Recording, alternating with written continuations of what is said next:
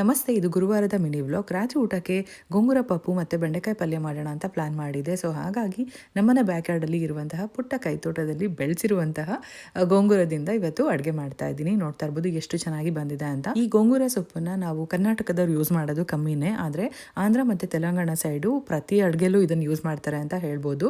ನಮ್ಮ ಮನೆಯಲ್ಲಿ ಇರೋದು ರೆಡ್ ಸ್ಟೆಮ್ ಗೋಂಗೂರ, ಎರ್ರ ಗೋಂಗೂರ ಅಂತ ಕರೀತಾರೆ. ಇನ್ನೂ ಒಂದು ಗ್ರೀನ್ ಸ್ಟೆಮ್ ಗೋಂಗೂರ ಬರುತ್ತೆ, ಅದನ್ನು ಪಚ್ಚ ಗೋಂಗೂರ ಅಂತ ಕರೀತಾರೆ. ಸೊ ಇದು ಬಂದು ಸ್ವಲ್ಪ ಹುಳಿಯಾಗಿರುತ್ತೆ ಮತ್ತು ಟ್ಯಾಂಗಿ ಆಗಿರುತ್ತೆ. ಇನ್ನ ಒಂದು ಗ್ರೀನ್ ಸ್ಟೆಮ್ ಗೋಂಗೂರ ಅಂದೆ ಅಲ್ವಾ, ಅದು ಸ್ವಲ್ಪ ಮೈಲ್ಡರ್ ಟೇಸ್ಟ್ ಮತ್ತೆ ಹುಳಿ ಕೂಡ ಕಮ್ಮಿ ಇರುತ್ತೆ. ಸೊಪ್ಪಿನ ಬೆನಿಫಿಟ್ ಸಾಕಷ್ಟು ಇದೆ. ಅವಾಗವಾಗ ಅಡುಗೆ ಮಾಡ್ಕೊಂಡು ತಿಂದರೆ ಒಳ್ಳೆಯದೇ.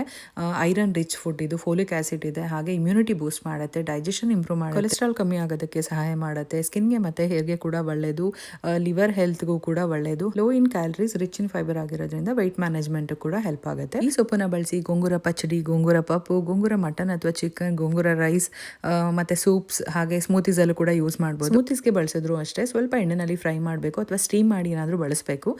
ಹಸಿ ಎಲೆಗಳನ್ನ ಯೂಸ್ ಮಾಡಬಾರ್ದು, ಯಾಕಂದ್ರೆ ಸ್ವಲ್ಪ ಹುಳಿ ಅಂಶ ಇರುತ್ತೆ, ಹಾಗೆ ಫೈಬರ್ ಜಾಸ್ತಿ ಇರೋದ್ರಿಂದ. ಎಲ್ಲರಿಗೂ ಗೊತ್ತಿರುತ್ತೆ, ಆದರೆ ಯಾರಿಗಾದ್ರೂ ಗೊತ್ತಿಲ್ಲದವ್ರಿಗೆ ಯೂಸ್ ಆಗಲಿ ಅಂತ ಶೇರ್ ಮಾಡಿದೆ.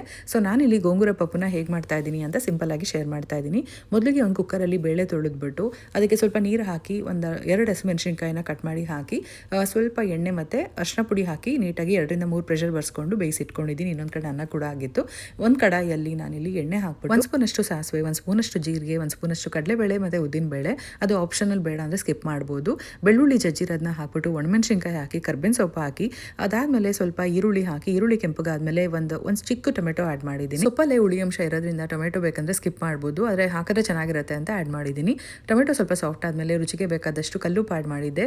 1/4 ಸ್ಪೂನಷ್ಟು ಅರಿಶಿನ ಪುಡಿ, 1 ಸ್ಪೂನಷ್ಟು ಅಚ್ಕಾರದ ಪುಡಿ, 1 ಸ್ಪೂನಷ್ಟು ಧನಿಯಾ ಪುಡಿ ಹಾಕಿ ನೀಟಾಗಿ ಒಂದ್ಸರಿ ಮಿಕ್ಸ್ ಮಾಡಿ ನೀಟಾಗಿ ವಾಶ್ ಮಾಡಿ ಹಚ್ಚಿಟ್ಕೊಂಡಿರುವಂತಹ ಸೊಪ್ಪು ಹಾಕಿ, ಸೊಪ್ಪು ಚೆನ್ನಾಗಿ ಬೆಂದಿದ್ದಾದಮೇಲೆ ಸ್ವಲ್ಪ ಎಣ್ಣೆ ಬಿಟ್ಕೊಂಡಿರಬೇಕು. ಆ ಟೈಮಲ್ಲಿ ಹುಣಸೆ ಹುಳಿ ಸ್ವಲ್ಪ ಹಾಕಿದ್ದೀನಿ, ಜಾಸ್ತಿ ಹಾಕಬಾರ್ದು. ಸ್ವಲ್ಪ ಹುಳಿ ಹಾಕಿ ನೀಟಾಗಿ ಒಂದು ಕುದಿ ಬಂದಮೇಲೆ ಬೇಯಿಸಿಟ್ಕೊಂಡಿರುವಂತಹ ಪಪ್ಪುನ ಹಾಕಿ ನೀಟಾಗಿ ಮಿಕ್ಸ್ ಮಾಡಿ ಕನ್ಸಿಸ್ಟೆನ್ಸಿ ಅಡ್ಜಸ್ಟ್ ಮಾಡಿಕೊಂಡು ಒಂದು ಕುದಿ ಬಂದಮೇಲೆ ಆಫ್ ಮಾಡಿದ್ರೆ ಗೋಂಗೂರ ಪಪ್ಪು ರೆಡಿ ಆಗುತ್ತೆ. ಇದ್ರ ಜೊತೆಗೆ ನಾನು ಸಿಂಪಲ್ ಆಗಿ ಬೆಂಡೆಕಾಯಿ ಪಲ್ಯ ಮಾಡಿ, ಬಿಸಿ ಬಿಸಿ ಅನ್ನದ ಜೊತೆ ತುಪ್ಪ, ಚಟ್ನಿ ಪುಡಿ, ಬೆಂಡೆಕಾಯಿ ಪಲ್ಯ, ಗೋಂಗೂರ ಪಪ್ಪು ತುಂಬಾನೇ ಚೆನ್ನಾಗಿದೆ. ಮನೆಯಲ್ಲಿ ಮೊಸರು ರೆಡಿ ಮಾಡೋದಕ್ಕೆ ಯಾವ ಹಾಲು ಯೂಸ್ ಮಾಡ್ತೀರಾ ಅಂತ ಕೇಳಿದ್ರಿ. ನೋಡ್ತಾ ಇರ್ಬೋದು, ಕಾಸ್ಕೋ ಇಂದ ತರ ಅಂತ ಮಿಲ್ಕೆ ಯೂಸ್ ಮಾಡಿದ್ದೆ. ಹಸ್ಬೆಂಡ್ಗೆ ಊಟ ಹಾಕೊಟ್ಬಿಟ್ಟು ಬಂದೆ. ಮಕ್ಕಳಿಗೆ ಭಗವದ್ಗೀತೆ ಕ್ಲಾಸ್ ನಡೀತಾ ಇರೋದ್ರಿಂದ, ಅದರಲ್ಲೂ ಈ ತಿಂಗಳು ಕಾರ್ತಿಕ ಮಾಸ ಆಗಿರೋದ್ರಿಂದ ದಾಮೋದರನ್ಗೆ ದೀಪ ಬೆಳಗೋದ್ರ ಮೂಲಕ ಪ್ರತಿನಿತ್ಯ ಮುಸ್ಸಂಜೆನಲ್ಲಿ ದೀಪ ಹಚ್ಚಿ ಕ್ಲಾಸಲ್ಲಿ ಕೂತ್ಕೊಂತಾರೆ. ಸೊ ಇದಾಗಿತ್ತು ಇವತ್ತಿನ mini vlog. Thank you for watching. ಮತ್ತೆ ನೆಕ್ಸ್ಟ್ ಮಿನಿ ವ್ಲಾಗ್ ಅಲ್ಲಿ ಸಿಗ್ತೀನಿ.